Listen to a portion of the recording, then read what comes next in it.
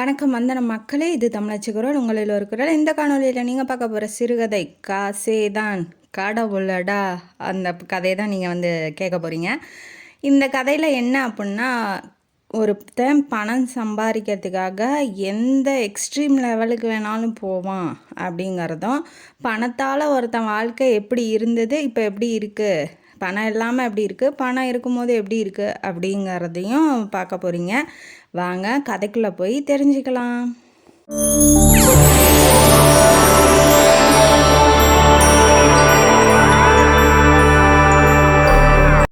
இந்த கதையோட ஆரம்பத்தில் ஹீரோயினியை தான் இன்ட்ரடியூஸ் பண்ணுறாங்க. ஹீரோயினி பேர் நிர்மலா. அவங்க என்ன பண்ணுறாங்கன்னா, பேண்ட் ஷர்ட்லாம் போட்டுக்கிட்டு சைக்கிள் எடுத்துகிட்டு வந்துட்டுருக்காங்க. அப்போ அந்த பேர் கள்ளிப்பட்டிங்கிற ஒரு கிராமத்துலேருந்து தன்னோட தம்பியை பார்க்கறதுக்காக மரகதம்பாள், தம்பி பேர் ரவி, அவங்க தான் ஹீரோ ஆஃப் த ஸ்டோரி.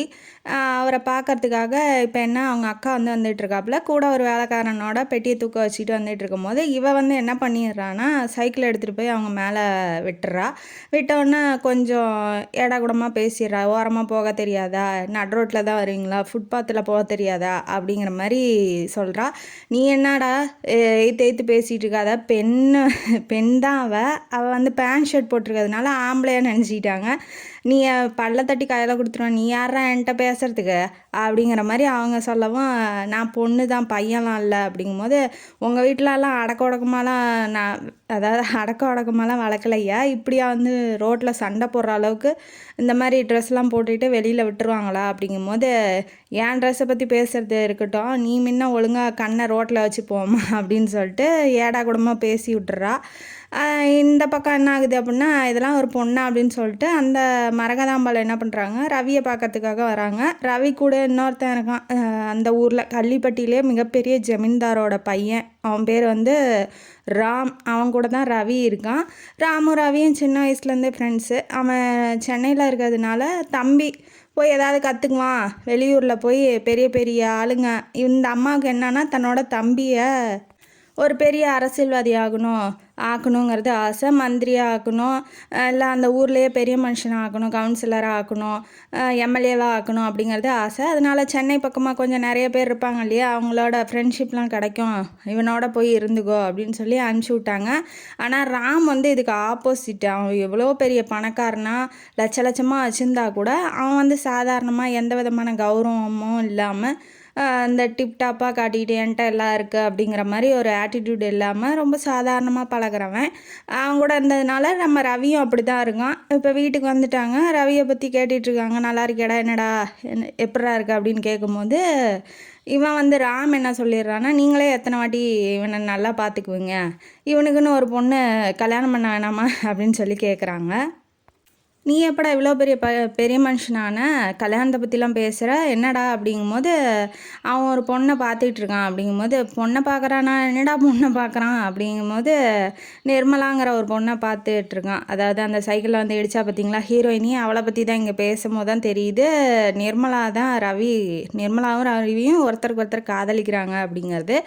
இது அவங்க அக்காவுக்கு இடித்தது தான் நிர்மலாங்கிறது தெரியாது இல்லையா, அதெல்லாம் ஒரு பொண்ணா அப்படியான்னு திட்டிகிட்டு வந்திருக்காங்க.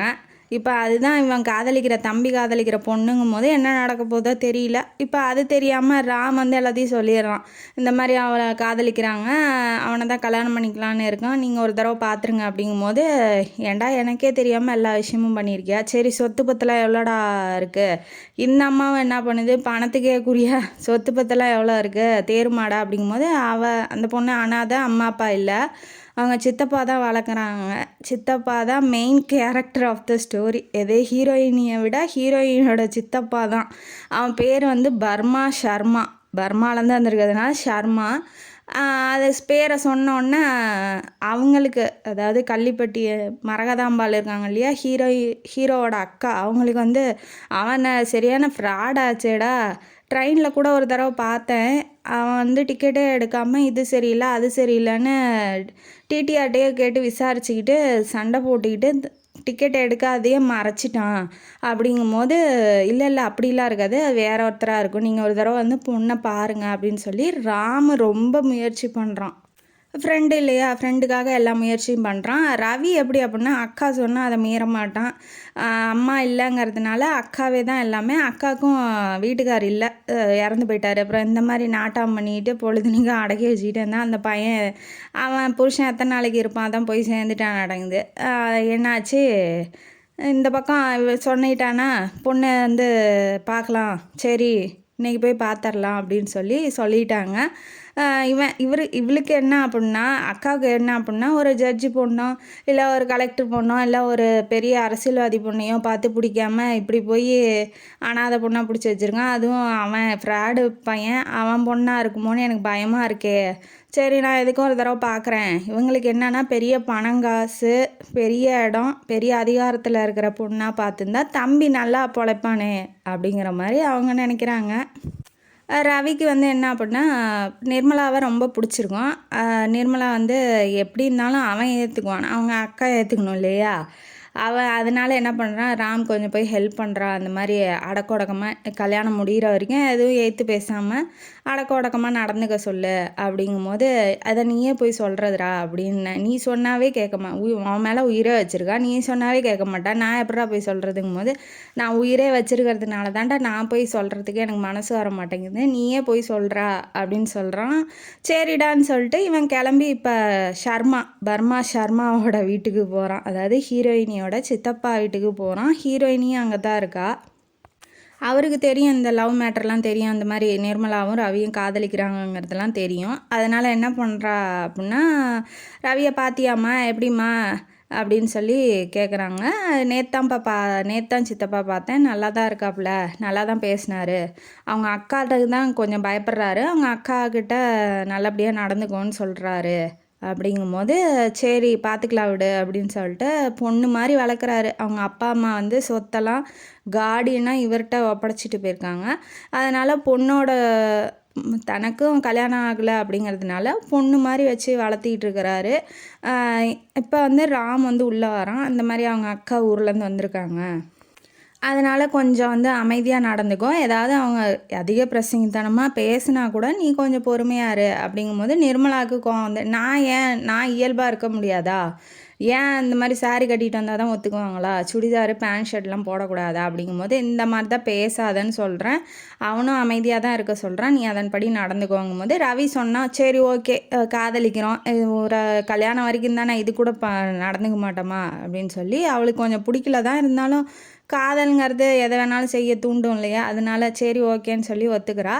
ஆனால் அன்னைக்குன்னு பார்த்து சண்டேலாம் அவங்க என்ன பண்ணுவான், அந்த ஷர்மா என்ன பண்ணுவான்னா, சுற்றி இருக்க ஃப்ரெண்ட்ஸ் எல்லாம் கூப்பிட்டு பார்ட்டி மாதிரி பண்ணி குடித்து சீட்டாடிக்கிட்டு குடிச்சிக்கிட்டு நல்லா நான்வெஜ்ஜு சமைச்சிக்கிட்டு எல்லாம் ஃப்ரீயாக இருக்கிற டே அது. சுற்றி இருக்க ஃப்ரெண்ட்ஸ்லாம் வந்து டயம் ஆனால் 4 மணி ஆனால் வந்துடுவாங்க. இப்போ இவங்களுக்கெல்லாம் என்ன சொல்லணும், இன்றைக்கி பார்ட்டி இல்லைன்னு சொல்லணும். அதை எப்படி சொல்லணும், லெட்ரு எழுதி வச்சு தான் அனுப்பிச்சி விட்றான். என்னான்னு சொல்லிட்டு, இந்த மாதிரி வராதிங்க, இன்றைக்கி நிர்மலாவை பார்க்குறதுக்காக வராங்க, அதனால் நீங்களாம் வராதிங்க அப்படின்னு அனுப்பிச்சி விட்றாப்புல. ராம் என்ன சொல்கிறான், அந்த மாதிரி ஸ்டேஷனில் வந்து டிக்கெட் எடுக்காமல் போயிட்டிங்களா ட்ரெயினுக்கு அப்படிங்கும்போது, இல்லையே நான் எடுத்திருப்பேன், இல்லை வேறு யாரையாவது எடுக்க வச்சுருப்பாங்கும் போது, நான் நம்பிட்டேன், அது வந்து அவங்களுக்கு, அதாவது ரவியோட அக்காவுக்கு தெரிஞ்சிருக்கு, அதனால் அந்த விஷயத்தை பற்றி பேசினாவோ இல்லை ஏதாவது கேள்வி கேட்டாவோ எனக்கு தெரியவே தெரியாதுன்னு சொல்லிடுங்க அப்படிங்கிற மாதிரி முன்னறிவிப்பாக ராம் வந்து சொல்லிடுறான். ஷர்மா வந்து நல்லவன், அதனால் நல்லவர்னு சொல்கிறான். ஆனால் மெயின் வில்லனாக போகிறதே இவன் தாங்கிறது ராமுக்கு அப்போ தெரியல. இப்போ என்ன ஆகுது அப்படின்னா, இந்த மாதிரி விஷயத்த சொன்னோன்னே இவ வந்து கிளம்பி போகிறா, வெளியில் எப்போதும் போல் கிளாஸுக்கெலாம் போகிறா. ஷர்மாவோட ஃப்ரெண்டு சேகர் அப்படிங்கிறவன் என்ன பண்ணுறான்னா, நிர்மலா மேலே கொஞ்சம் ஒரு தலைபட்சமாக காதலிக்கிறானாட்டங்குது. அவன் நிறுத்துறான். நிர்மலாவை நிறுத்திட்டு, ஹாய் எப்படி இருக்கீங்க அப்படின்னு அவள் கொஞ்சம் சகஜமாக பேசுகிற கேரக்டர் தான். அதனால் என்ன பண்ணுறா அப்படின்னா, இந்த மாதிரி கல்யாணமாமே பார்க்க வராங்களாமே, அந்த பையன் கூட கொஞ்சம் சாதுவான், அவங்க அக்கா வந்து ரொம்ப சண்டை போடுவாங்களாமே, எப்படி போய் உன்னால் மேனேஜ் பண்ண முடியுமா அப்படின்னு கேட்கும்போது, அவன் என்ன சொல்கிறான்னா, இப்போ எனக்கு கல்யாணம் நடக்கிறது பிரச்சனையா, இல்லை ரவி கூட நடக்கிறது பிரச்சனையா அப்படின்னு கேட்குறா. இல்லை நீ வந்து போய் அட்ஜஸ்ட் பண்ணி வாழணுமே, அதுக்கு தான் சொல்கிறேன். என்னை பாரு, நான் உனக்கு அழகாகவும் இருக்கேன், எல்லா பணமும் இருக்குது, என்கிட்ட எல்லா விதமான ஏதாவது கல்யாணம் பண்ணுறதுக்கு எல்லா விதமான தகுதியும் இருக்குது, நீ ஏன் என்ன கல்யாணம் பண்ணிக்க கூடாதுங்கும் போது அவள் சிரிக்கிறா. என்ன சும்மா ஜோக் அடிக்காதீங்க அப்படின்னு சொல்லி சிரிக்கிறா. சிரித்தோடனே இவன் டென்ஷன் ஆகிட்டான். நான் உண்மையை தான் சொல்கிறேன், இவன் காதலுக்காக என்னென்ன வேலையெல்லாம் பண்ண போகிறான்னு பாருங்கள். இவன் என்ன பண்ணுறான், இல்லை நான் உண்மையாக சொல்கிறேன் அப்படின்னு சொல்லி சொல்கிறான். இல்லை நான் இது நீங்கள் உண்மையாக சொன்னீங்கன்னா நான் ரவியை தான் உண்மையாக காதலிக்கிறேன், வேறு யாரையும் நான் என்னோட கணவராலாம் ஏற்றுக்க முடியாது. இந்த இதோட நீங்கள் அடுத்த தடவை என்கிட்ட பேச வராதிங்க. இதை மீறி இந்த லிமிட்டு பேசுகிறதோடு இருக்கணும். அதை மீறி எதாவது பண்ணிங்கன்னா ஸ்டேஷனில் தான் இருப்பீங்க, போலீஸ் ஸ்டேஷனில் கம்ப்ளைண்ட் பண்ணிடுவேன் அப்படிங்கிற மாதிரி சொல்லவும் அவனுக்கு கோவம் வந்துருச்சு. இப்போ இவன் கெஞ்சி வர வைக்க முடியுமா காதலை, இல்லை மிரட்டி தான் வர வைக்க முடியுமா? அது தானே வரணும். ஒரு அன்பாக நடந்துக்கிட்டு உன் மேலே ஆசை இருக்கிற மாதிரி எல்லா விதத்துலையும் வெளிப்படுத்தினா அந்த பெண்ணுக்கு பிடிச்சிருந்தா வரலாம். வலுக்கட்டாயமாக பண்ணி வர முடியாது இல்லையா காதல். அதனால் இவன் என்ன பண்ணுறான், டென்ஷன் ஆகிட்டான். ஓ அப்போ நம்மளே வேணாங்கிறாளா அப்படிங்கிற மாதிரி. அப்போ தான் அந்த ஷர்மா எழுதுனா லெட்டர் கிடைக்கிது, இந்த மாதிரி கல்யாண வீட்டிலேருந்து வராங்க, நீங்களாம் வராதிங்கன்னு. இது மேலே இவன் அதுக்கு மேலே டென்ஷன் ஆகிடுறான். என்னன்னா நம்ம என்ன காளி பசங்களா, ரவுடிங்களா, நம்மளே ஏன் வர வேணான்னு சொல்கிறாரு அப்படிங்கிற மாதிரி யோசிச்சுட்டு இருக்கும்போது இன்னும் 2 ஃப்ரெண்டுங்க வந்துடுறானுங்க. அதில் வத்த குழம்பு வரதராஜங்கிறது கவர்மெண்ட்டு அந்த பட்டா சிட்டாலாம் போடுவாங்க இல்லையா, அந்த மாதிரி இதில் ஒர்க் பண்ணிகிட்ருக்கவன்.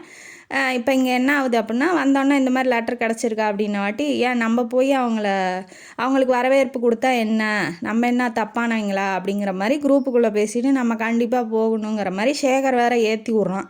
இப்போ அவங்க வேணாங்கிறாங்க, ஏன்னா அந்த அக்காவுக்கு பிரச்சனை வந்துடும் நம்மளால், அதனால் வேணான்னு சொல்லி வர வேணான்னு லெட்டர் அனுப்பிச்சிருக்கான். ஆனால் இவன் என்ன பண்ணுறான் அப்படின்னா, அவங்கள தூண்டி விட்டு வாங்க போகலாம், நம்ம கவனிக்கணும் இல்லையா அவங்கள, எவ்வளோ தடவை ஷர்மா நம்மளை கவனிச்சிருக்காரு, நம்ம கவனிக்கலன்னா எப்படின்னு சொல்லி இவன் தூண்டி விட்டு சேகரை வேணும்னே கூட்டிகிட்டு போகிறான் அவங்க வீட்டுக்கு.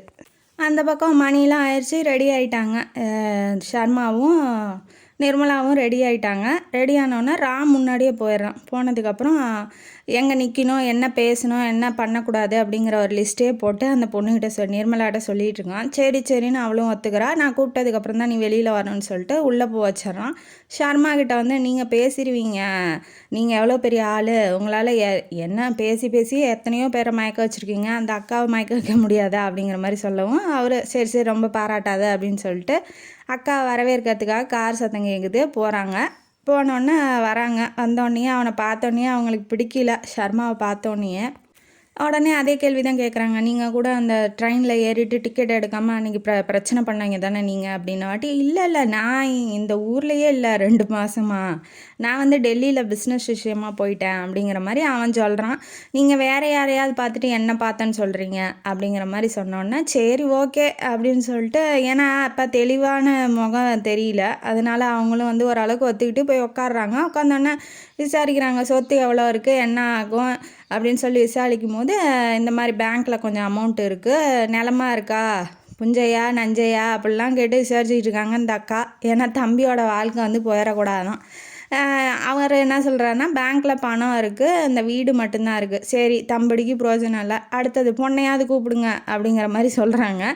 அவனும் பெருசாக எடுத்துக்கல, அதனால் பொண்ணை கூப்பிட்டு விட்றாங்க. கூப்பிட்டு விட்டோன்னே இந்த பொண்ணை ரொம்ப அடக்கமாக நிற்கவும், இந்த பொண்ணை எங்கேயோ பார்த்துருக்கோமேனு அந்த அம்மா வேறு, அதாவது அவங்க அக்கா ரவியோட அக்கா வேறு, பார்த்துருக்கோமே காலையில் அந்த சைக்கிளில் இடித்த பொண்ணு தானே, பொண்ணு மாதிரியே இருக்கே அப்படிங்கிற போது பக்கத்தில் அந்த வேலைக்காரன் என்ன சொல்லிட்டான், ஆமான்னு வாயை திறக்க வரும்போது இவன் ராமுக்கு தெரிஞ்சுது, சரி இது ஏதோ குட்டிகளாட்டம் நடந்திருக்காட்டங்குது அப்படின்னு சொல்லிட்டு உடனே வேலைக்காரன் வாயை பொத்திக்கிட்டு இந்த பக்கம் கூட்டிகிட்டு வர, வாயை திறந்தீங்கன்னா நீ அவ்வளோதான், கொன்று தொலைச்சிருவேன் உன்னைய, வாயை மூடிட்டு சும்மா இருக்க, ஆனால் இந்த பொண்ணு தாங்க ஐயா அடிச்சிச்சு அப்படிங்கும்போது, அது எனக்கு தெரியும்டா, சைக்கிளை எடுத்துகிட்டு போய் முன்ன வெளியில் வைடா அப்படின்னு சொல்கிறாப்புல. சாயங்காலம் ஊருக்கு போகும்போது நான் உன்னை கவனிக்கிறேன் அப்படின்னு சொன்னோன்னே அவனை அமைதியாகிடுறான். இல்லை நீங்கள் வேறு யாரையோ பார்த்துட்டு என்னங்கிறீங்க, இந்த ஊரில் எல்லாம் ஒருத்தரோட ஒருத்தர் ரொம்ப முகம் தோற்றம்லாம் ஒத்துமையாக இருக்க மாட்டேங்குது, எல்லாத்துக்கும் டூப்ளிகேட் சொல்கிறீங்க அப்படிங்கிற மாதிரி அந்த அக்காவும் சொல்லுது. சரின்னு சொல்லி எல்லாம் பேசி முடிச்சுக்கிட்டு இருக்கும் போதே அந்த ஃப்ரெண்டுங்கெல்லாம் வந்துட்டானுங்க. அந்த வரக்கூடாதுன்னு சொன்னவன் வந்துட்டான். வெளியிலேருந்து ஒருத்தன் சரி பாட்டு பாடுமான்னு சொல்லும் போது வெளியிலேருந்து ஒருத்தன் ஏன்னு ஏலம் போடுறான். யார், ஷர்மாவை ஏலம் போட்டோன்னா, இவன் யாரா வந்தது இந்நேரத்துக்கு அப்படின்னு சொல்லிட்டு வெளியில் வராங்க. வெளியில் சர்மா வந்தோடனே இல்லை இல்லை இப்போ இல்லைடா இன்னைக்கு இல்லை போயிட்டு வான்னு சொல்கிறான். அவன் அப்பயும் கேட்காம ஏன்டா நாங்களாம் பார்க்க வேணாமா, அந்த வத்த குழம்புக்காரன் வந்துட்டான், வத்த குழம்பு வரதராஜன் வந்துட்டான். வந்தோடனே என்ன நீங்கள் இந்த ஆற்றுக்கு வந்திருக்கேள், அவன் கொஞ்சம் அவர் கொஞ்சம் ஐயராட்டங்குது அந்த மாதிரி பேசுகிறாப்புல. வந்திருக்கேள் இந்த வத்த குழம்பு என் கையால் சாப்பிடாம போனால் என்ன அர்த்தம் அப்படின்னு சொல்லிட்டு கையில் ஊற்றி அப்படியே வாயில் அப்பி விட்றாரு வெண்ணெய் மாதிரி, ஆஞ்சநேயருக்கு அப்புறம் மாதிரி. அந்த பொம்பளை டென்ஷன் ஆயிடுச்சு, என்னையா அது அவன் பாட்டுக்கு வரான் இந்த மாதிரி அப்புறம் அப்படின்னு செம்ம டென்ஷன் ஆயிடுச்சு. ஐயோ வாயா அந்தாண்டன்னு அவன் வேற இழுத்து விட்றான் அந்தாண்ட. அதுக்கப்புறம் இன்னொருத்தன் வேற வரான். இன்னொருத்தன் வந்தானே ஓய் சர்மா அப்படின்னாட்டி இன்னொருத்தன் எவன்டா வரான் அப்படின்னு சொல்லிட்டு அவனையும் போய் கூட்டிகிட்டு வந்தா இவன் கையை பிடிச்சி ஹாய் ஹலோ இந்த வந்திருக்கீங்களா, அந்த பொண்ணு தான் நல்ல பொண்ணு பாருங்க அப்படின்னு சொல்லிட்டு நல்லது பண்ணுறது அந்த அம்மா கையை போட்டு குலுக்குன்னு குலுக்குறான்.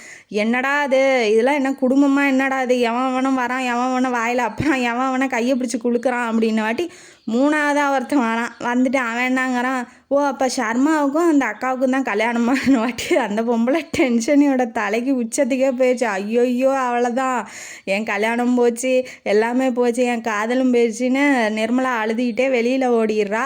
ஏன்னா இப்போ நடக்கிற விஷயம் எதுவுமே சாதகமாக இல்லை இல்லையா, அதனால் அவள் ரொம்ப கஷ்டத்துக்கு போயிட்டா. இன்னமேட்டு இந்த அம்மா வந்து நம்ம கல்யாணத்துக்கு ஒத்துக்காது, அவ்வளோதான் கல்யாணத்தை ஊற்றி மூடிட வேண்டியதானே. அவள் அழுதுகிட்டே ஓடிடுறா. அதை பார்த்த ராம் வந்து பின்னாடியே ஓடிடுறான்.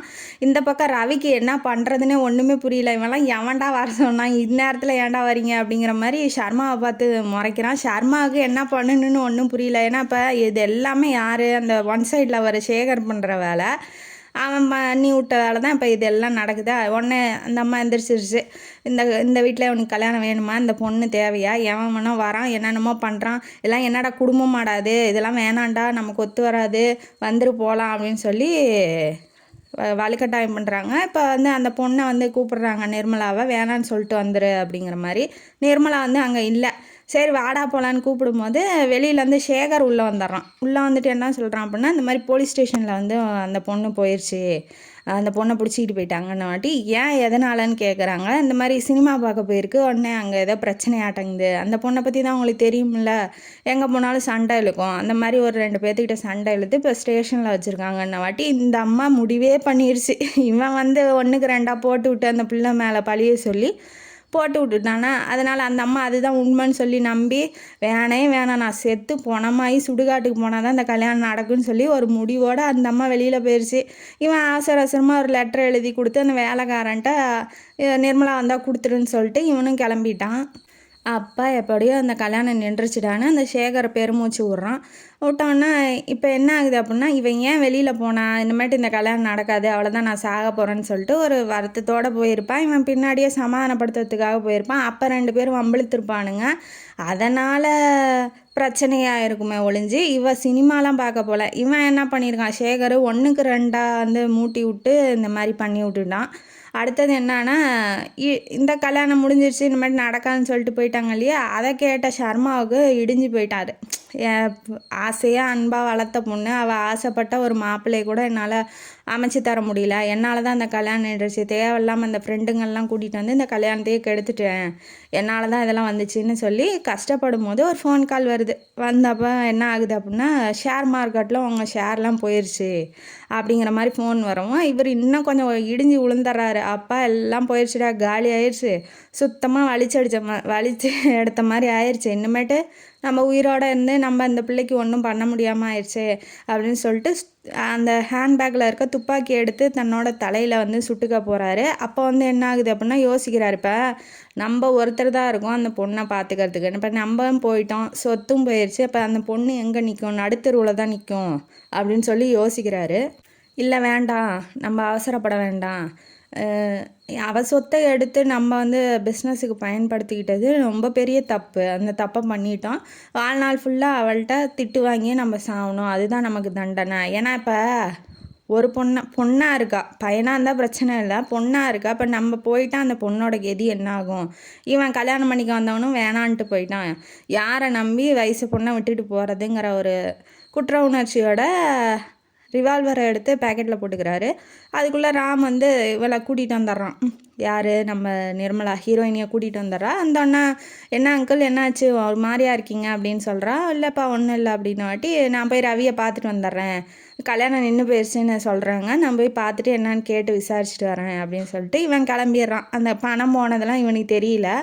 இந்த பக்கம் என்ன ஆகுது அப்படின்னா, நிர்மலா வந்து ரொம்ப விசாரிக்கிறா, என்னாச்சு சித்தப்பா அப்படிங்கும்போது இந்த மாதிரி ஷேர் மார்க்கெட்டில் எல்லாம் போயிடுச்சுமா, பணக்காரனாக இருந்தவன் பணத்திலேயே கொளுத்து வாழ வச்சவன் இப்போ அந்த பொண்ணை என்ன பண்ண போகிறான். அதாவது சின்ன வயசுலேருந்தே கஷ்டம் அப்படிங்கிறது அவளுக்கு தெரியாது. அவங்க அப்பா அம்மா சம்பாதிச்சு வச்ச சொத்தை பயன்படுத்தி தான் இவன் கொஞ்சம் பெரிய ஆள் ஆகியிருக்கான். அந்த சொத்தெல்லாம் பூரா ஷேர் மார்க்கெட்டில் போட்டு தான் இப்போ எல்லாம் போயிடுச்சு. அவளோட சொத்தை எடுத்து விற்று ஷேர் மார்க்கெட்டில் போட்டு போகணுமா, இப்படி பண்ணுறதுக்கு உனக்கு என்ன ரைட்ஸ் இருக்குது அப்படிங்கிற மாதிரி அவனை கொஷின் பண்ணிக்கிறான் ஷர்மா. அப்புறம் என்ன ஆகுது அப்படின்னா, சொன்னோடனே இவ்வளோதானே, இதுக்கே நீங்கள் ரொம்ப ஃபீல் பண்ணுறீங்க அப்படின்னு சொல்லி நினச்சோடனே அவளுக்கு என்ன அப்படின்னா, கல்யாணம் பண்ணி இனிமேட்டு சைக்கிளில் போக மாட்டேன், இப்போ வேணான்னு சொல்லிட்டாங்க இல்லையா, அதனால் சைக்கிளில் போக மாட்டேன், கார் வாங்கிக்குவேன், ஒரு புதுசாக ஒரு வீடு வாங்கிக்குவேன், அங்கே வந்து ரவியோட ரொம்ப சந்தோஷமாக இருப்பேன் அப்படிங்கிற மாதிரிலாம் ஒரு கனவு காண்றான். அந்த கனவுல ஒன்றை கூட நம்மளால் நிறைவேற்றி வைக்க முடியலையே அப்படின்னு சொல்லி இவன் நினைக்கிறான். ஏன்னா இப்போ தான் சொத்தெல்லாம் போயிடுச்சு இல்லையா, அதனால் இப்போ நீ நினைக்கும் போது பரவாயில்ல சித்தப்பா, அதனால் என்ன அப்படிங்கும் போது, இல்லைம்மா நீ கஷ்டப்படும் போது தான் பணத்தோட வேல்யூ என்னன்னு தெரியும், சாப்பாட்டுக்கு இல்லாமல் இல்லை இப்படி ஆடம்பரமாக வாழ்ந்துட்டு ஒரு வேளை சோத்துக்கு கூட இல்லாமல் உட்காந்துருக்கும் போது தான் உன்னோட கஷ்டம் என்னன்னு தெரியும் அப்படிங்கும்போது, அதனால் என்ன உங்கள் அன்பும் ஆதரவும் இருக்குல்ல அதுவே போதுன்னு சொல்லி சொல்கிறா. இப்போ பெத்த பொண்ணாக இருந்தால் இந்த மாதிரி பணத்தை போட்டுட்டோம் நீ மன்னிச்சிருமா அப்படின்னு சொல்லி பெத்த பொண்ணுக்கிட்ட மன்னிப்பு கேட்பீங்களா, அப்போ நான் வந்து பிறத்தி பொண்ணுங்கிறதுனால தானே என்கிட்ட மன்னிப்பு கேட்குறீங்க அப்படிங்கிற மாதிரி அவளும் ஆறுதலாக சொல்கிறா. பணம் போனதை பற்றி சித்தப்பாட்ட எதுவும் பேசலை. பணம் எப்படி போயிருக்கோம் அப்படின்னா, ஷேர் மார்க்கெட்டுன்னா அந்த பேங்க் மூலிமா ஒரு மார்க்கெட் இருக்கும் இல்லையா, அந்த பேங்க்கில் வந்து இவன் பணம் போட்டு வச்சுருப்பான், அதுலேருந்து ஒரு ஷேர் ஹோல்டர் வந்து பிரிஞ்சு போயிருப்பான், அதனால் வந்து பணம்லாம் திவாலாயிருக்கும். அந்த ஷேர் ஹோல்டர் யார் அப்படின்னா நம்ம ராமோட அப்பாவான பரமசிவம். அந்த பேங்க் வந்து கள்ளிப்பட்டியில் தான் இருக்குது. இப்போ எல்லாத்துக்கும் காரணம், பணம் போனதுக்கு காரணம், முதல் காரணம் யார், அந்த ராமோட அப்பனான பரமசிவன் தான் காரணம் அப்படிங்கிற மாதிரி இவருக்கு தெரிய வருது. மனசுக்குள்ளே வச்சுக்கிறாரு. ஊருக்கு கிளம்பி வந்துட்டான் இல்லையா, அப்போ ராம் வந்து ரவியை பார்க்கறதுக்காக வரான். என்னடா ஆச்சு, ஏன்டா எதனாலடா கல்யாணம் வேணாங்கிறங்கும் போது, இல்லைடா அக்கா வேணாங்கிறாங்க, பிடிக்கலாங்கிறாங்க, அதுவும் இல்லாமல் அவளை கஷ்டப்படுத்திக்கிட்டு நம்மள்ட்ட வந்து வாழணும்னு என்னடா அவசியம் இருக்குது, நமக்கு 2 குடும்பத்துக்கும் இது ஒத்து வராதுடா அப்படிங்கும்போது, ஏன்டா நீலாம் என்னடா ஆம்பளை, அக்கா சொல்கிறாங்கன்னு உடனே ஒத்துக்கிற, காதலிச்சா அந்த பொண்ணு என்னடா கெதியாகும், நீ பாட்டுக்கு வேணான்னு சொல்லிட்டு ஒத்த வார்த்தையோடு வந்துட்ட அப்படிங்கும்போது அந்த பக்கம் லெட்டர் எடுத்து படிக்கிறா நிர்மலா. இந்த மாதிரி வேண்டாம், உங்கள் குடும்பத்துக்கும் எங்கள் குடும்பத்துக்கும் செட் ஆகாது, இந்த காதல்ங்கிற உறவை நம்ம 2 பேருமே முறிச்சிக்கலாம், இது வந்து முன்னேறி போகாது அப்படின்ன வாட்டி ரொம்ப அழுகிறா. பணம் போனதை விட ரவி போயிட்டானேன்னு தான் ரொம்ப அழுகிறா. அதையும் வந்து அவரால் எதுவும் பேச முடியல. இப்போ இவர் என்ன நினைக்கிறான்னா, பணம் போனதுனால அவங்களும் போயிட்டாங்க. ஏன்னா வந்ததுலேருந்து அந்த அம்மா வேறு சொத்து எவ்வளோ இருக்குது, எவ்வளோ பணம் இருக்குன்னு தானே கேட்டுக்கிட்டு இருந்துச்சு. இப்போ எல்லாம் போகவும் அவங்களுக்கு இது ஒரு காரணமாக அமைஞ்சு போயிட்டாங்களாட்டங்குது அப்படிங்கிற மாதிரி அவர் நினைக்கிறாரு. இந்த பக்கம் என்ன ஆகுது அப்படின்னா, நீ பணம் போனதுனால போயிட்டியா அப்படிங்கும்போது, எங்களுக்கு அந்த விஷயமே தெரியாதுடான்னு சொல்லி ரவி சொல்கிறான். ஓ அந்த பணமும் போயிடுச்சா, ஆமாம் பின்ன எவனும் வரான், அந்த வீட்டில் எப்படா மகாலட்சுமி இருப்பா அப்படிங்கிற மாதிரி அந்த அக்காவும் சொல்லுது. இல்லை இது சரிப்பட்டு வராது, நீயாச்சும் என்னமோ பண்ணிக்கோங்க காதலாச்சுன்னு சொல்லிட்டு ராம் வந்து போயிடுறான். அவங்க அக்காவோட தூண்டுதலின் பேரில் லெட்ரு எழுதுனானே ஒழிஞ்சு மனசெல்லாம் நிர்மலாக தான் இருக்கா. கல்யாணமே இனிமேட்டு பண்ணிக்க வேணாம், கட்ட பிரம்மச்சாரியாகவே இருந்துட்டு போயிடலாம் அப்படிங்கிற மாதிரி மனசுக்குள்ளே நினச்சிக்கிட்டு இருக்கான் ஒரு தீர்மானத்தோட. இப்போ என்ன ஆகுது அப்படின்னா, ராம் வந்து அவங்க அப்பாட்ட போகிறான். நம்ம எழுதி கொடுத்த கோயிலில் ஏதோ ஒரு பிரச்சனை ஆயிடுச்சா, அதனால் வந்து கவர்மெண்ட்லேருந்து ப்ரெஷர் வருது அப்படிங்கும்போது, இந்த மேட்ரெலாம் சர்மா அங்கிள் ரொம்ப நல்லா பார்த்துக்குவார், அவர்கிட்ட கொடுத்தா சரியாக போயிடும் பிரச்சனையெல்லாம் அப்படிங்கும்போது அவரை தேடி கண்டுபிடிக்கணுமேன்னு சொல்லிட்டு அந்த பேப்பர்ஸ்லாம் வாங்கிட்டு, கோயில் சம்மந்தமான பேப்பர்ஸ்லாம் வாங்கிட்டு சென்னைக்கு வரான் ராமு. சென்னைக்கு வந்தவனை பார்த்துட்டு சர்மா என்ன சொல்கிறாரு, எப்படி இருக்கீங்க, பணம்லாம் போயிடுச்சுன்னு சொல்ல கேள்விப்பட்டேன், என்னால் முடிஞ்ச உதவி நான் உங்களுக்கு செய்கிறேன்னு சொல்லி ராம் வந்து நல்லா தான் நடந்துக்கிறான். அந்த சர்மா ஆனால் எப்படின்னா நல்லா பாம்பு மாதிரி என்ன பண்ணுறான் அப்படின்னா, சிரிச்சுக்கிட்டே குழி வெட்டுறான்னு வச்சுக்கோங்களேன், விஷத்தை கக்கறான்னு வச்சுக்கோங்களேன். என்ன பண்ணுறான் அப்படின்னா, மனசுக்குள்ளே வச்சுக்கிட்டா அவங்க அப்பந்தான் காரணம்னு அதுக்கு பழி வாங்கணுங்கிறதுக்காக என்ன பண்ணுறான்னா, இவன் பத்திரத்தெல்லாம் வாங்கிக்கிறான். இந்த மாதிரி வத்தக்குளம் வரதராஜன் தான் அங்கே ரொம்ப அந்த டிபார்ட்மெண்ட்டில் வேலை செய்கிறவன். அவன்கிட்ட சொன்னாவே போதும் எல்லாம் செஞ்சுருவான் அப்படின்னு சொல்லி சொல்கிறாப்புல. சரி ஹெல்ப் பண்ணுங்கள், நானும் உங்களுக்கு ஹெல்ப் பண்ணுறேன்னு சொல்லிட்டு இவன் கிளம்பி போயிடுறான் ராமு. இவன் போய் கேட்கும்போது வரதராஜன்ட்ட கேட்கும்போது உங்களுக்கு இல்லை அதான் நான் பண்ணித்தரேன் அப்படின்னு சொல்கிறேன். காசே இல்லைனாலும் பரவாயில்ல, இப்போ இத்தனை நாள் போய் பார்ட்டி பண்ணி கொண்டாடிருக்கான்ல, அதனால் நான் உங்களுக்கு பண்ணித்தரேன் அப்படின்னு சொல்லி அவன் சொல்கிறான். சரின்ட்டு கொடுத்துட்டு வந்துடுறான். இப்போ இந்த சேகர் என்ன பண்ணுறான், வந்து தொத்திக்கிறான். ஏன்னா நிர்மலா இவன் கூட தானே இருக்கா, அதனால இவனுக்கு ஹெல்ப் பண்ணுற மாதிரி ஹெல்ப் பண்ணி நிர்மலாவை நம்ம கல்யாணம் பண்ணிக்கலாம் அப்படிங்கிற ஒரு காதில் எப்படியாவது கல்யாணமாக மாற்றிடணும்னு நினைக்கிறான். வந்து ஜாயின் பண்ணிக்கிறான். ஜாயின் பண்ணோன்னே ஏன் நீங்கள் எப்படி அவன்கிட்ட சிரித்து பேசிகிட்டு இருக்கீங்க, பணமெல்லாம் போயிடுச்சு அப்படிங்கும்போது எங்கே அடிக்கணும்னு எனக்கு தெரியும்டா, நான் அடிச்சுக்கிறேன் அப்படிங்கிற மாதிரி இவர் சொல்லும் போது நமக்கு பயமாக இருக்குது. ஏன்னா ராம் ரொம்ப நல்லவன், அவனுக்கு இந்த பழி வாங்கணும், இந்த மாதிரி இவர் சொத்தெல்லாம் பறிக்கணும். ஏன்னா பறித்தது இவங்க சொத்தெல்லாம் போனது இவங்க அப்பாவால் தாங்கிற விஷயம் கூட அவனுக்கு தெரியாது. அதெல்லாம் தெரியாமல் இருந்தால் கூட யாரையும் கெட்டதுன்னு நினைக்காத ரொம்ப நல்ல மனசு தான். ஆனால் இவனை போய் பழி வாங்கணும்னு இவன் நினைக்கிறானே அப்படிங்கும்போது தான் நமக்கு கொஞ்சம் பயமாக இருக்குது. எல்லா விஷயம்லாம் அந்த கோயில் மேட்டர்லாம் முடிஞ்சோடனே அந்த பத்திரத்தெல்லாம் வாங்கிட்டு ஊருக்கு போகிறான். போனதுக்கப்புறம் அவங்க அப்பாவை சந்திக்கிறான். ராமோட அப்பா பரமசிவத்தை சந்திக்கிறான். பரமசிவம் அந்த ஊர்லேயே பெரிய மனுஷன், கோயிலுக்கு போனால் மரியாதை அவங்களுக்கு தான் பண்ணுவாங்க. அந்த மாதிரி இருக்கும்போது இந்த ஆற்றுல வெள்ளம் வருதே, நீங்கள் ஒரு பாலம் கட்டலாமே அப்படிங்கிற மாதிரி அந்த இப்போ இந்த போஸ்ட்டில் வந்திருக்கு. கவர்மெண்ட்டில் ரெக்வஸ்ட் பண்ணியிருப்பார். அது சம்மந்தமான இது வரும்போது நீங்களே எடுத்து கட்டலாமே டெண்டர் போட்டு அப்படிங்கும் போது நமக்கு ஏன்ப்பா வேண்டாத வேலை, அப்பயும் அவர் சொல்கிறாரு வேண்டாத வேலை, அவங்க ஏதோ செஞ்சால் நம்ம வந்து ஒத்துழைப்புமே தவிர நம்ம ஏன் தேவையில்லாமல் போய் தலையை நீட்டிக்கிட்டு அப்படிங்கிற மாதிரி நினைக்கிறாப்புல. அவர் எப்படி அப்படின்னா கௌரவமாக இருக்கணும், கௌரவமாக இருந்து கௌரவமாகவே சாகணும், 4 பேர்த்துக்கு நல்லது செய்யணும், 4 பேர் நல்லா இருக்கணும்லாம் நினைக்கல.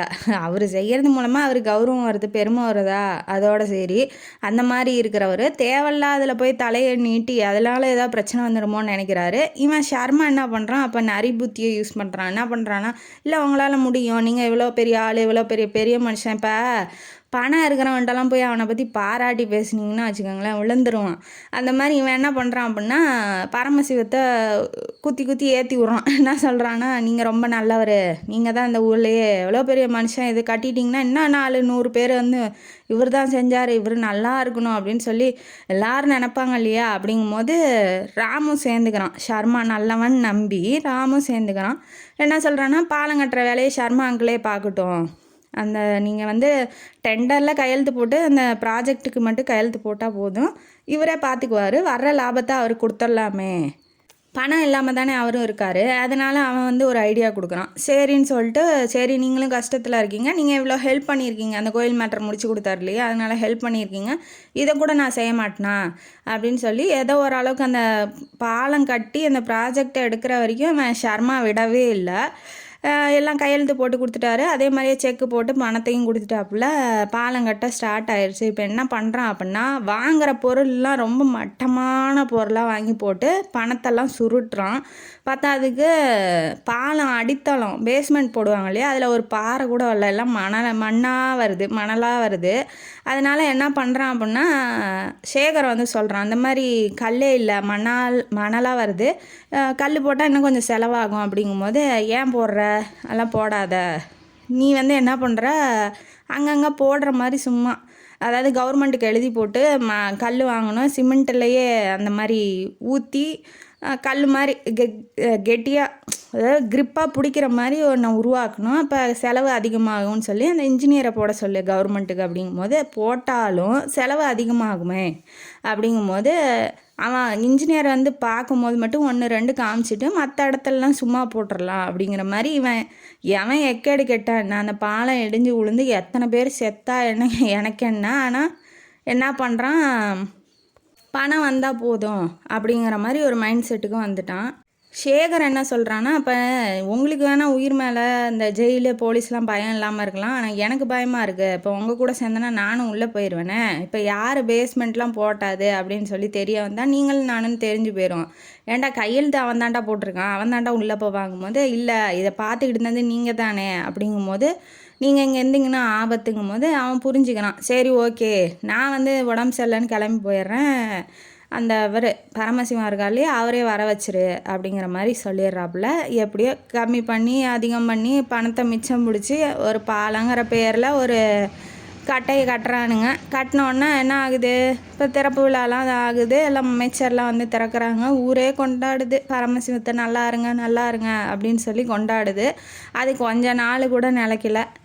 என்ன ஆகுது அப்படின்னா, சேகர் வந்து தன்னோட வேலைத்தனத்தை ஆரம்பிக்கிறான். இந்த மாதிரி நிர்மலா மேலே நான் ஆசை வச்சுருக்கேன், என்னை கல்யாணம் பண்ணிக்க சொல்லுங்கள் அப்படிங்கும்போது நிர்மலாட்ட பேசுகிறாரு ஷர்மா. இந்த மாதிரி சொல்கிறாம்மா அவன் அப்படிங்கும்போது, எனக்கு தான் பிடிக்கலன்னு நான் அன்றைக்கே சொல்லிட்டேனே, திரும்ப வந்து ஏன் சொல்கிறாரு அப்படிங்கிற மாதிரி நிர்மலா சொல்கிறா. நானும் சொல்லிட்டேன், அது அவளோட வாழ்க்கை, அவள் பார்த்துக்குவா அப்படின்னு சொல்லி நானும் சொல்லிட்டேன் அப்படிங்கும்போது, இவன் திரும்ப திரும்ப வற்புறுத்துறான். நீங்கள் சொன்னால் முடியாதா, நீங்கள் பண்ணினா முடியாதா, நீங்கள் தான் சொல்லி ஒத்துக்க வைக்கணும் அப்படிங்கும்போது, அவர் என்ன சொல்கிறாரு அப்படின்னா, இல்லைப்பா அதெல்லாம் தானாக வரணும், நீ அன்பை செலுத்தி நீ ஒத்துக்க வையன் அப்படிங்கும்போது, சரி இப்போ நீங்கள் ஒத்துக்க வைக்கல அப்படின்னா நான் என் வேலையை காமிப்பேன்னு கொஞ்சம் மிரட்ட ஆரம்பிக்கிறான். என்னடா பண்ணுவேன், போட உன்னால் பண்ணுறது முடிஞ்சதை பண்ணுறான்னு வாட்டி அவன் ட்ரிகர் ஆகி என்ன பண்ணுறான் அப்படின்னா, பரமசிவத்துக்கிட்ட போய் இந்த மாதிரி யாரை நம்பி பாலங்காட்ட விட்டிங்களோ அவனே உங்களை ஏமாற்றிட்டான், இந்த மாதிரி பணத்தை அவன் அடிச்சுட்டு போய் அங்கே புது வீடு வாங்கி பொண்ணோட வாழ்ந்துட்டு இருக்காப்புல, இப்போ உங்களுக்கு தான் பிரச்சனை வரப்போகுது, ஆபத்து வரப்போகுது, இடிஞ்சு விழுந்தால் உங்களை தான் வந்து உள்ளே போடுவாங்க அப்படிங்கிற மாதிரி சொல்லவும், அவன் வந்து அவன் கூடயே வேலை செஞ்சு அவனை பற்றியே தப்பாக சொல்கிறான், ஷர்மா கூடயே வேலை செஞ்சு அப்படிங்கிறதுனால அவன் சொல்கிறத யாரும் நம்பலை. நீங்களே தெரிஞ்சுக்கிட்டு ஒரு நாள் என்னை தேடி வருவீங்கன்னு சொல்லிட்டு அவன் போனோடனே மழை ஃபுல்லாக செம்ம மழையில் ஆற்றுல வெள்ளம் வந்துடுது. பாலத்தில் ஸ்கூல் வேன் ஒன்று போயிட்டுருக்கு, அதில் குழந்தைங்களாம் இருக்காங்க, 30 குழந்தைங்க. என்ன ஆகுது, பாலத்தை ஏனோ தானோன்னு கட்டி பாலம் இடிஞ்சு விழுந்து அந்த குழந்தைங்களாம் இறந்து போயிடுறாங்க. பேரண்ட்ஸ்லாம் சும்மா இருப்பாங்களா, வந்துட்டாங்க, நீ நல்லா இருப்பியாடா, நீ நாசமாக போயிடும். அவன் என்ன சொன்னான், பாலத்தை கட்டினா உங்களை எல்லாம் புகழ்வாங்கன்னா, பார்த்துக்க ஆப்போசிட்டாக நடக்குது, நீங்களாம் நல்லா இருப்பீங்களா, இந்த மாதிரி கட்டி விட்டு என் பிள்ளைங்களை சாவடிச்சிட்டிங்களே அப்படின்னு சொல்லி பெத்தைங்க வயிற்றுச்சலோட வந்து கத்தும் போது, பத்தாவதுக்கு இவன் தானே ப்ராஜெக்டில் கையெழுத்து போட்டிருக்கான், இவனை பிடிக்கிறதுக்கு போலீஸ் வருது. அந்த அம்மா என்னங்குது, மரகதம் அன்னைக்கே சொன்னேன் அவனை உள்ளே விடாதீங்க, அந்த ஷர்மாவை, அவனை பார்த்தாவே கெட்டவன் மாதிரி இருக்குது, அதனால தான் நான் பொண்ணே வேணான்னு சொல்லிட்டு வந்துட்டேன், இப்போ உள்ளே விட்டதுனால உங்கள் இதுவும் பாருங்கள் நாசமாக போயிடுச்சு அப்படிங்கும்போது, அவருக்கு என்ன பண்ணும், பரமசிவத்துக்கு என்ன பண்ணலன்னு தெரியல.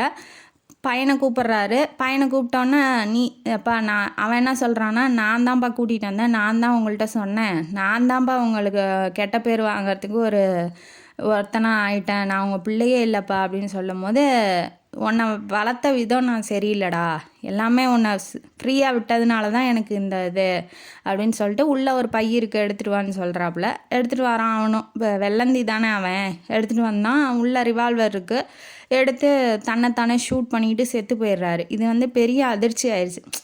கௌரவத்தோடு வாழணும்னு நினச்சவர், கௌரவத்துக்கு ஒரு இழுக்கு வரும்போது அவர் என்ன பண்ணிடுறாரு, தன்னைத்தானே அழிச்சிக்கிட்டோன்னே அதை பார்த்த ராமுக்கு வந்து பைத்தியம் பிடிச்ச மாதிரி ஆயிடும். இப்போ நம்ம தானே கூட்டிகிட்டு வந்தோம், நம்ம தானே போய் அவன்கிட்ட ஹெல்ப்பு கேட்டோம், நம்மளால தான் அப்பா போயிட்டாரு அப்படிங்கிற ஒரு அதிர்ச்சி அவனுக்கு வந்தோன்னே பைத்தியம் பிடிச்ச மாதிரி ஆகிட்டான். நான் தான் கொலை பண்ணேன்னு சொல்லிட்டு அந்த அப்படியே கத்துனோன்னா ரவி வந்து கட்டி பிடிச்சி அழுகிறான். ஒன்றும் இல்லைடா, அமைதியாடுறான்னு சொல்லி, நான் அவனை கொல்லாமல் விட மாட்டேன் அந்த ஷர்மாவை அப்படின்னு சொல்லி துப்பாக்கி எடுத்துகிட்டு போகும்போது பிடிச்சி வச்சுக்கிறான் ரவி, வேணாண்டா அமைதியாருன்னு சொல்லிட்டு.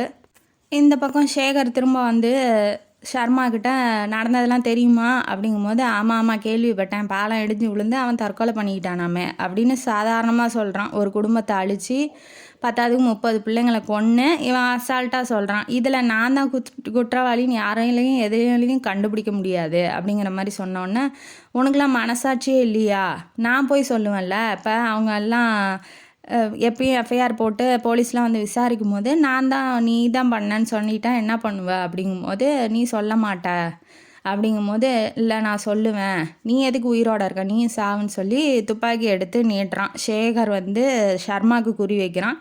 ஷர்மா வந்துட்டு திரும்ப தன்னோட நரி புத்தியை யூஸ் பண்ணுறான். என்ன பண்ணுறான் அப்படின்னா, நிர்மலாவுக்கு நான் உன்னை சுட்டுட்டேன்னா அவன் ஐடியா என்ன அப்படின்னா, ஒருதலை காதல் அப்போ கூட பெருசாக இருக்குது. என்ன சொல்கிறான் அப்படின்னா, நிர்மலா நான் உன்னை கொண்டுட்டேன்னா அவள் தனியாக நிற்பாள்ல, அப்போ போய் நான் ஆறுதல் சொல்கிற மாதிரி சொல்லி அவளோட காதலில் காதலை விழ வைப்பேன். இல்லைன்னா வேறு வழியே இல்லை அவளுக்கு. இந்த உலகத்தில் எங்கே போய் இருப்பா நான் ஒருத்தன் மட்டும்தான் ஆறுதலாக இருக்கும்போது, ஆதரவு அளிக்கும் போது அவன் என்னை காதலித்து கல்யாணம் பண்ணி தான் ஆகணும் அப்படின்னு துப்பாக்கி நீட்டுறான். நீட்டினோடனே அவன் ஷர்மா என்ன பண்ணுறான்னா, இல்லை இப்போ கல்யாணம் பண்ணி வைக்க அவன் மனசை மாற்றுறதுக்கு எனக்கு கொஞ்சம் டைம் கொடு அப்படிங்கிற மாதிரி சொன்னோன்னே, அதுக்காவது நான் உயிரோடு இருக்கணும் இல்லையா, நீ நல்லவன் தான், நீ கொஞ்சம் அன்பாக போய் அப்ரோச் பண்ணு அப்படின்னு சொல்லி கிட்ட வரான். வந்தோடனே ரிவால்வர், அதாவது துப்பாக்கி பிடிங்கிடுறான். பிடிங்கினோடனே அவனை ஷூட் பண்ணி கொண்டுடுறான்.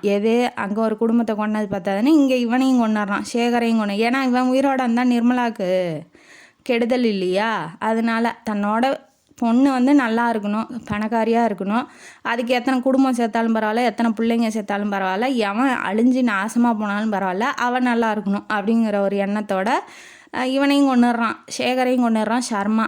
இப்போ ராம் இவனை கொல்றதுக்காக வந்திருப்பான்.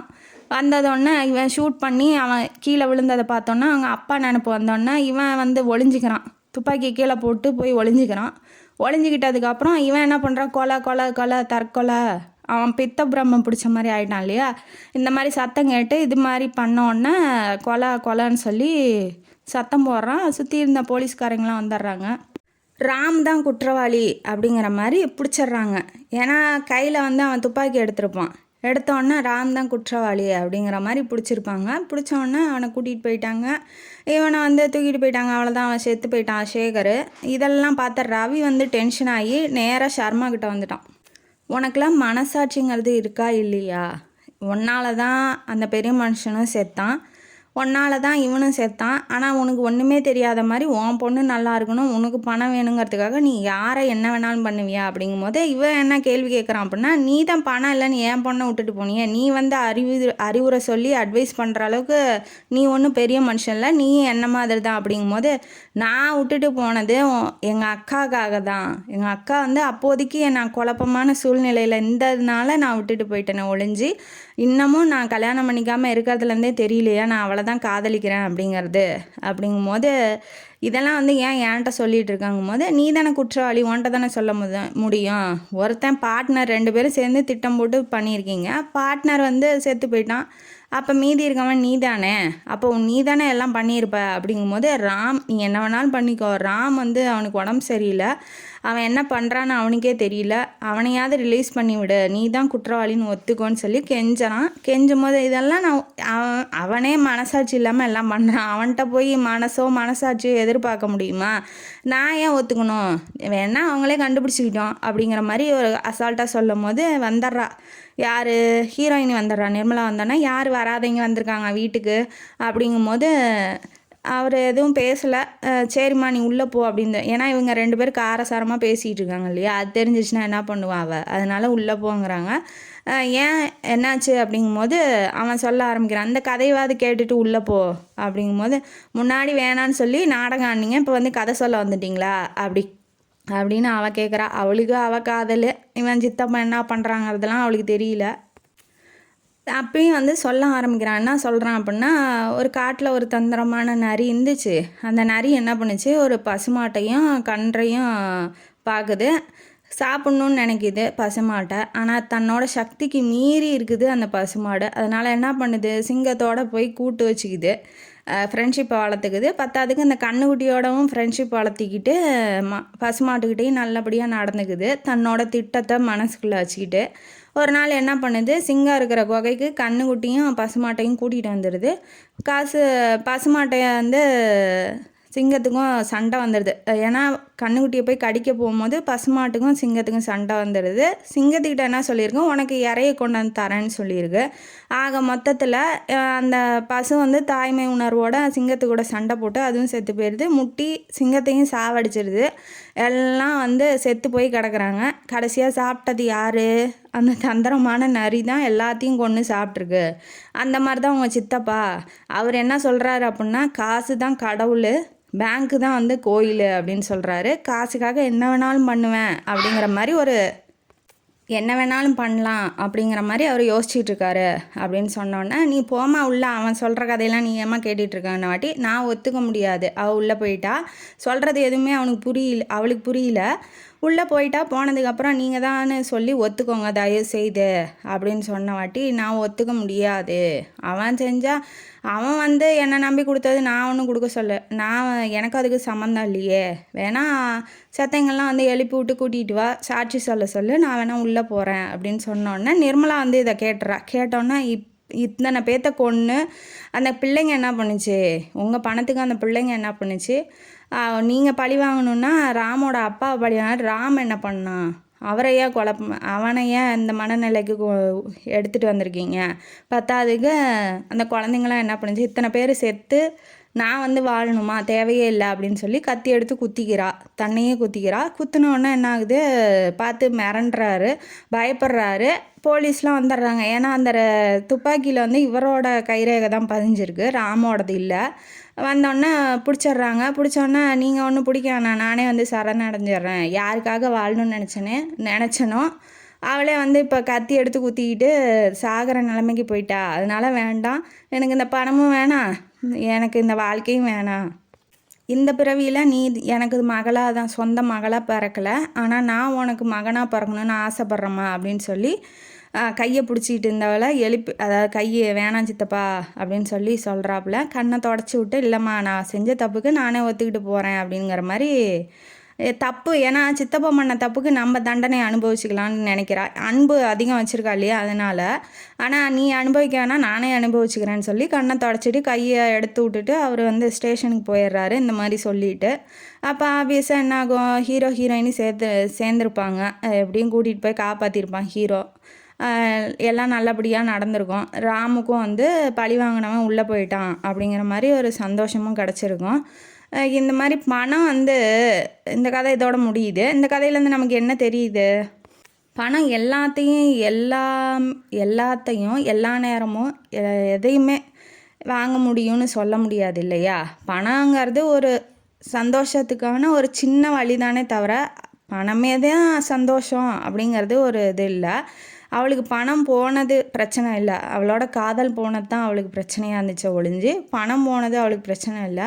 பணம் எப்போ வேணாலும் சம்பாரிச்சிக்கலாம். மனுஷனுக்கு அன்பும் மகிழ்ச்சியும் அமைதியும் தான் முக்கியமாக ஒழிஞ்சு பணம் பின்னாடியே ஓடாமல் இருக்கிற பணத்தை வச்சு நல்லபடியாக வாழ பழகுங்க. பணமே இல்லைனாலும் பரவாயில்ல. அதனால் அடுத்தவங்களை கெடுத்து நம்ம பணம் சம்பாதிக்கணும்னு நினைக்காதீங்க. அது நமக்கு என்றைக்குமே நிம்மதியான வாழ்க்கையை தராது. அது யாராக இருந்தாலும் சரி, எப்பேற்பட்ட பணக்காரங்களாக இருந்தாலும், எப்பேற்பட்ட கொம்பனாக இருந்தாலும், அடுத்தவனை அடிச்சுட்டு அடுத்தவனை கெடுத்துட்டு அடுத்தவனை சாகடிச்சிட்டு கிடைக்கிற பணம் நமக்கு என்றைக்குமே நிலைக்காது அப்படின்னு சொல்லிட்டு இந்த கதையை இதோட முடிப்போம். அந்த கதையும் காணொலி உங்களுக்கு பிடிச்சிருந்தா லைக் பண்ணுங்கள், ஷேர் பண்ணுங்கள், சப்ஸ்கிரைப் பண்ணுங்கள், கமெண்ட் பாக்ஸில் கமெண்ட் பண்ணுங்கள். நன்றி மக்களே.